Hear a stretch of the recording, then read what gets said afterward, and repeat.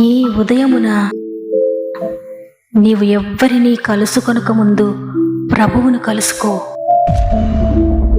నీవు ఎవ్వరినీ చూడకముందు ప్రభువును చూడు. నీవు ఎవ్వరితో మాట్లాడకముందు ప్రభువుతో మాట్లాడు. నీవు దేనిని వెదకకముందు ఆయన రాజ్యమును నీతిని వెదకు.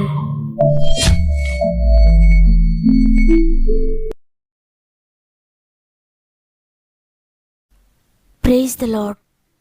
మన ప్రభువును రక్షకుడైన యేసుక్రీస్తు వారి అతి శ్రేష్టమైన నామంలో మీ అందరికీ నా హృదయపూర్వకమైన శుభములు తెలియజేస్తూ మరి ఒకసారి గాడ్ ఫస్ట్ అనే వాగ్దాన కార్యక్రమానికి మిమ్మల్ని అందరినీ ప్రేమతో ఆహ్వానిస్తూ ఉన్నాను. ఎలా ఉన్నారు దేవుని బిడ్డలారా? బాగున్నారు కదా? ఒకవేళ మీ పరిస్థితులు ఎలా ఉన్నా, ఆత్మీయంగా, ఆర్థికంగా, శారీరకంగా, మానసికంగా, ఆరోగ్యపరంగా ఏ విధమైన సమస్యతో మీరు బాధపడుతూ ఉన్నా, రేపేమవుతుందో అనే దిగులు మీకున్నా, ప్రభు మీతో మాట్లాడుతున్నారు, ఆయన మీకు వాగ్దానం ఇస్తున్నారు అంటే ఆ వాగ్దానము నిరర్థకంగా తిరిగి వెళ్ళదు, కానీ తప్పక మీ జీవితంలో మీరు నమ్మినట్లయితే నెరవేరుతుంది. వాగ్దానం ఇచ్చిన దేవుడు నమ్మదగిన వాడు. ఆయన మీ జీవితంలో తప్పక నెరవేరుస్తారు. వాగ్దానం ఇచ్చి దాన్ని నెరవేర్చలేని అసమర్థుడు కాదు మనం నమ్మిన ప్రభు, తప్పకుండా జరిగించగలిగిన సమర్థుడు. కాబట్టి మీరు ఏ విధమైన బాధలో ఉన్నా, మీ జీవితం పాడై ఉన్నా ఎంతమాత్రం భయపడకండి. బాగు చేయగలిగిన దేవుని చేతుల్లో పెట్టండి. ఆయన మిమ్మల్ని, మీ కుటుంబాలు, మీ జీవితాలను, మీకు కలిగిన సమస్తాన్ని కూడా బాగు చేయబోతున్నాడు. ఈ మాటలు వింటున్న మీలో ఇంకా ఎవరికైనా ప్రార్థన అవసరతలుంటే కామెంట్స్ ద్వారా తప్పక నాకు తెలియచేయండి. ఈ మాటలు వింటున్న మీరు కూడా మీకు అనుకూలమైతే తప్పక కామెంట్స్ చదవండి. ఎందుకంటే మన ఆత్మీయ కుటుంబంలో మన సహోదరి సహోదరులందరి కొరకు మనము భారం కలిగి ప్రార్థన చేద్దాం. అనేక మంది బిడ్డలు అనేక సమస్యలతో నలిగిపోతున్నారు.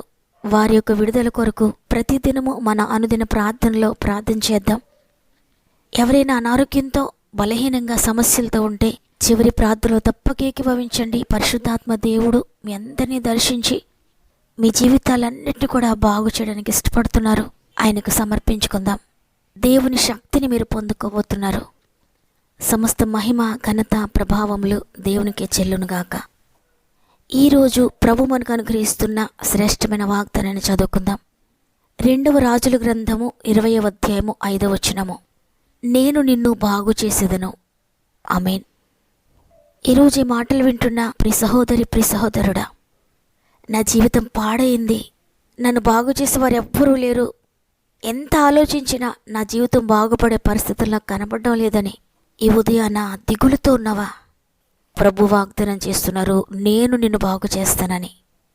అవును, ఈ లోకంలో మనల్ని ప్రేమించేవారు ఉంటారు, మనల్ని ఇష్టపడేవారు ఉంటారు.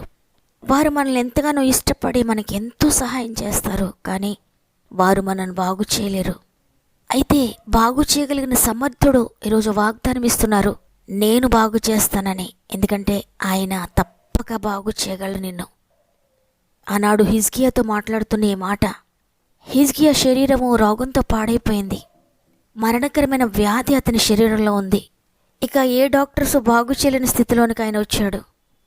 ఇక ఏ మెడిసిన్ వాడినా, ఎక్కడికి వెళ్ళినా తన జీవితం బాగుపడదని, మరణం తప్ప వేరే శరణ్యం తనకు లేదని ఆయనకు అర్థమైపోయింది. అందువల్ల దేవుని దగ్గరకు వచ్చాడు, కన్నీటితో ప్రార్థించాడు. వెంటనే ప్రభు చెప్తున్నారు, నీవు కన్నీరు విడిచుట నేను చూచాను, నీ ప్రార్థన నేను అంగీకరించాను, నేను నిన్ను బాగు చేస్తానని. వెంటనే హిజ్కియా బాగుపడ్డాడు. ఎవ్వరూ బాగు చేయలేని తన జీవితము ఆశ్చర్యకరంగా బాగుపడింది. తరువాత సంతోషకరంగా తన జీవితాన్ని గడిపాడు. అవును ప్రియ సహోదరి, ప్రియ సహోదరుడా, నీవు కూడా ఒకవేళ ఇక నా జీవితం బాగుపడదు, ఈ సమస్యలో నేను విడుదల పొందలేను, ఇంతగా పాడైన నా బ్రతుకు ఇక బాగు చేసేవారు ఎవరు ఉంటారో, ఒకవేళ ఎవరైనా ఉన్నా ఎలా బాగు చేయగలుగుతారు, ఎలా వీటి నుండి విడిపించగలుగుతారో, నేను ఇక బ్రతకడం వ్యర్థము, నేను మరణిస్తే బాగుండును, నేను మరణిస్తానని ఒకవేళ మరణం కొరకు ఎదురు చూస్తున్నావా? ఎంత మాత్రం అటువంటి ఆలోచన చేయొద్దు. ఎందుకంటే నీ చుట్టుప్రక్కల ఉన్నవారు, నీ స్వంత వారు, నీకు తెలిసిన వారు ఎవరు నీ జీవితాన్ని బాగు చేయలేకపోవచ్చు. బాగు చేసే ప్రభు ఉన్నాడు, భయపడొద్దు. ఆయనకు నీ జీవితాన్ని సమర్పించుకో. అయ్యా, నన్ను బాగు చేయండి. ఈరోజు వాగ్దానం చేశారు కదా, నన్ను బాగు చేస్తానని, నన్ను బాగు చేయండి అని. ప్రభు సందులో ఆయన వాగ్దానాన్ని ఎత్తిపట్టి ప్రార్థించు. తండ్రి ఏ విధంగా బాగు చేస్తారో నాకు తెలియదు, ఏ మార్గంలో ఉండి నన్ను లేవనెత్తుతారో నాకు తెలియదు, నన్ను బాగు చేయండి అయ్యా అని దేవుని సన్నిధిలో ప్రార్థించు. హిజ్కియా ప్రార్థించినట్లుగా నీ జీవితాన్ని బాగు చేస్తాడు, నీ కుటుంబాన్ని బాగు చేస్తాడు, నీ శరీరాన్ని బాగు చేస్తాడు, నీ ఆర్థిక పరిస్థితులను బాగు చేస్తాడు, నీ మానసిక స్థితిని బాగు చేస్తాడు, నీ ఆత్మీయ స్థితిని బాగు చేస్తాడు. నీవు దేనిని గురించి అయితే పాడైంది అనుకుంటున్నావో ప్రతి దాన్ని కూడా బాగు చేయగలడు ఆయన. మా పరిచర్యలో కొన్ని సంవత్సరాల క్రితం ఒక యవ్వనస్తురాలు ఒక వ్యక్తి ద్వారా మోసగించబడి ఈ రాత్రి నేను చనిపోతాను అనుకొని నిశ్చయించుకొని వారి తల్లి తీసుకొని రావడం వల్ల బలవంతంగా దేవుని సన్నిధికి వచ్చి కూర్చుంది. దైవజనుల వాక్యం చెప్తూ ఉన్నారు. సూటిగా దేవుడు ఆమెతోనే మాట్లాడాడు. నీవు చనిపోవాల్సిన అవసరం లేదు ప్రియబిడ్డ, నిన్ను రక్షించగలిగిన, నేను బాగు చేయగలిగిన సమర్థుడైన యేసుప్రభువు వారు ఉన్నారు. నీవు ఆయనను ఆశ్రయించు, ఆయన దగ్గరకు రా, ఒక్కసారి ప్రార్థించి మోకరించి నీ సమస్యనంతా ఆయనతో చెప్పుకో, నీ బాధంతా ఆయనతో చెప్పుకో. నీ జీవితాన్ని బాగు చేస్తాడు. ఏదైతే పాడైపోయి ఉన్నావో తిరిగి నీ జీవితాన్ని కడతాడని సూటిగా ఆమెతో దేవుడు మాట్లాడారు. అయితే మొదట్లో అనుకుంది, నా జీవితాన్ని ఎలా బాగు చేస్తారాయన, ఇంతగా ఫెయిల్ అయిపోయాను కదా, నేను ఇంతగా నష్టపోయాను కదా, ఇంకా నాకు ఫ్యూచర్ ఏముంటుంది అని. అయితే ఇంటికి వెళ్ళింది, ఒక్క నిమిషం మోకరించి ప్రార్థించింది. గొప్ప ధైర్యం హృదయంలో పుట్టింది. అంతే, ఇక చనిపోవాలనే డెసిషన్ నుండి బయటకు వచ్చింది. ఆ రోజు నుండి రోజు ప్రార్థించడం ప్రారంభించింది. కొన్ని రోజులకు అద్భుతకరమైన వివాహం జరిగింది. ఎవ్వరూ ఊహించినంతగా ఉన్నతమైన స్థితిలోనికి ఆ బిడ్డ వెళ్ళింది. ఇప్పటికీ ఎంతో సంతోషంగా తన జీవితాన్ని గడుపుతుంది. ఈరోజు ఈ మాటలు వింటున్న ప్రియ చెల్లి, ప్రియ తమ్ముడు, ప్రియ అక్క, అన్న, నీవు కూడా ఒకవేళ ఇదే స్థితిలో ఉన్నావా? పాడైన నీ జీవితాన్ని చూసుకొని మరణిస్తే బాగుండును అనుకుంటున్నావా? నీవు ఒకవేళ ఆ డెసిషన్లో ఉంటే మార్చుకోండి. ఎందుకంటే నీవు ఒకవేళ ఆ విధంగా మరణిస్తే ఈ లోకంలో సంతోషం లేదు, ఈ లోకాన్ని విడిచిన తర్వాత కూడా నిత్య నరకాగ్నికి వెళ్ళిపోతావు. నీకు నీవుగా మరణించడానికి ప్రయత్నిస్తే గనక ఇక్కడ శ్రమ అనుకుంటే దీనికన్నా ఎన్నో రెట్లు అధికమైన శ్రమలోనికి నీవు వెళ్ళిపోతావు.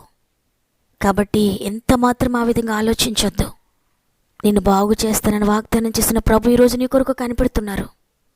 పాడైన నీ జీవితాన్ని కొనేవారు ఎవరూ లేరేమో, కానీ యేసు ప్రభువారు పాడైన నీ జీవితాన్ని తన రక్తమిచ్చి ప్రాణమిచ్చి వెలయిచ్చి కొనుక్కున్నాడు. కాబట్టి ఇక భయపడొద్దు. ఒకవేళ పాపంతో నీ జీవితం పాడైందా, నిన్ను కొని బాగు చేస్తారాయన. రోగంతో నీ జీవితం పాడైందా, తప్పక నిన్ను కొని బాగు చేస్తారు. ఆర్థిక సమస్యలతో, కుటుంబ సమస్యలతో చితికిన బ్రతుకు నాది అని ఒకవేళ పాడైపోయిందని అనుకుంటున్నావా, నీ జీవితాన్ని కొని తిరిగి బాగు చేస్తాడాయన. అందువల్ల ఎంత మాత్రమో నేను మరణిస్తాను అనుకోవద్దు. హిజ్కియా ఏ విధంగా పాడైన తన జీవితాన్ని దేవునికి సమర్పించుకొని బాగు చేయబడ్డాడు, అదేవిధంగా నీవు కూడా నీ జీవితాన్ని దేవుని చేతుల్లో పెట్టు. ఆయన నేను తప్పక బాగు చేస్తారు. ఆయన దగ్గరికి వచ్చి వారిని ఎంత మాత్రం ఆయన త్రోసివేయడు. నీవెంత పాపమైనారా పర్వాలేదు, నీవెంత రోగంతో మరణశయ్యపై ఉన్నారా తిరిగి పర్వాలేదు, నీవెంత ఆర్థిక బంధకాల్లో ఉన్నారా పర్వాలేదు, ఎవరు విడిపించలేని సమస్యతో నువ్వు సతమతమైపోతున్నా, మోసగించబడి జీవితం వ్యర్థమని నువ్వు అనుకుంటూ ఉన్నా తిరిగిరా పర్వాలేదు. ఎంతగా కూలిపోయినా నీ జీవితాన్ని కూడా బాగు చేయగలడైనా. నీ వాగ్దాన్ని నమ్ముతున్నట్లయితే కన్నీటితో ఆయనకు సమర్పించుకో. అయ్యా, నాకు నేనుగా నేను చనిపోను, నేను సజీవుడునై సజీవురాలనై నీ క్రియలు వివరిస్తానయ్యా. నా జీవితంలో మీరు జరిగిస్తున్న ఈ కార్యమును నేను తప్పక వివరిస్తాను. అనేక మంది ఎదుట సజీవ సాక్షిగా నీ కొరకు నిలువబడతాను. నన్ను బాగు చేయండి అయ్యా, నన్ను నీకు పూర్తిగా సమర్పించుకుంటున్నాను, నన్ను క్షమించండి, నన్ను బాగు చేయండి అని ఈరోజు హృదయపూర్వకంగా ఆయన సంద మోకరించి ప్రార్థన చేయండి. మీరెవరైనప్పటికీ, మీరు ఏ స్థితిలో ఉన్నా ఒక్క నిమిషం నాతో మోకరిస్తారా? కలిసి ప్రార్థన చేద్దాం. ప్రేమగల తండ్రి, నీకు వందనాలు. ఈరోజు వాగ్దానం ఇచ్చారు, నేను నిన్ను బాగు చేస్తానని. అంతకన్నా అద్భుతకరమైన మాట మాతో ఎవరు చెప్తారయ్యా? పాడైన వస్తువులను కొంటారు కానీ పాడైన జీవితాలను కొనేవారు ఎవ్వరూ లేరయ్యా. పాడైన బ్రతుకులను రక్తమిచ్చి ప్రాణమిచ్చి కొనుక్కున్నావు, వారిని బాగు చేస్తావు తండ్రి. ఈరోజు ఎంతమంది ఈ వాగ్దానాన్ని విని మోకరించి ప్రార్థిస్తున్నారు, ప్రతి కన్నిటిని మీరు చూస్తున్నారు, ప్రతి ప్రార్థన మీరు చూస్తున్నారయ్యా. ప్రతి ఒక్కరి జీవితంలో అద్భుతం చేయండి, వారి జీవితాలను బాగు చేయండి. నమ్మిన వారందరూ కూడా వాగ్దానం రిసీవ్ చేసుకుందరుగా యేసు నామములో. పరిశుద్ధాత్ముడా, ప్రతి కుటుంబాన్ని స్వాధీనం చేసుకోండి, ప్రతి కుమారుని స్వాధీనం చేసుకోండి, ప్రతి కుమార్తెని స్వాధీనం చేసుకోండి. యేసునామంలో వారి జీవితంలో ఉన్న ప్రతి కాడి విరుగొట్టబడునుగాక. పాపం అనే కాడి యేసునామంలో విరుగొట్టబడునుగాక. వ్యసనాలనే కాడి యేసునామంలో విరుగొట్టబడునుగాక. చీకటి శక్తులనే కాడి యేసునామంలో విరుగొట్టబడునుగాక. ప్రతి విధమైన రోగములనే కాడి యేసునామంలో విరుగొట్టబడునుగాక. ఆర్థిక బంధకాలనే కాడి యేసునామంలో విరుగొట్టబడునుగాక. కుటుంబ సమస్యలనే కాడి యేసునామంలో విరుగొట్టబడునుగాక. అద్భుతకరంగా ప్రతి జీవితాన్ని బాగు చేస్తున్నందుకు వందనాలయ్యా.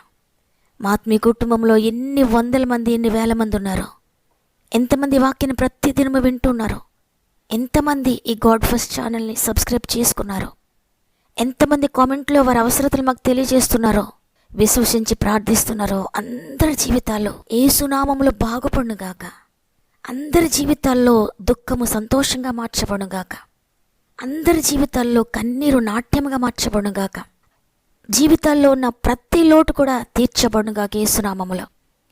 ప్రత్యేకంగా ఈరోజు పుట్టినరోజులు, పెండ్లి రోజులు జరుపుకున్న వారందరినీ చేతులకు అప్పగిస్తూ ఈ సంవత్సరం అంతా మీరు తోడుగా ఉండి నడిపిస్తారని, ఇది మనం ప్రారంభిస్తుండగా రోజంతా మా ఆత్మీయ కుటుంబానికి తోడుగా ఉండి వారి ప్రతి పనిని సఫలపరిచి, ప్రతి కార్యమును సఫలపరిచి, ప్రతి ప్రయాణమును సఫలపరిచి ముందుకు నడిపిస్తారని యేసయ్య పరిశుద్ధమైన నామములో అడిగి వేడుకొంచున్నాను తండ్రి.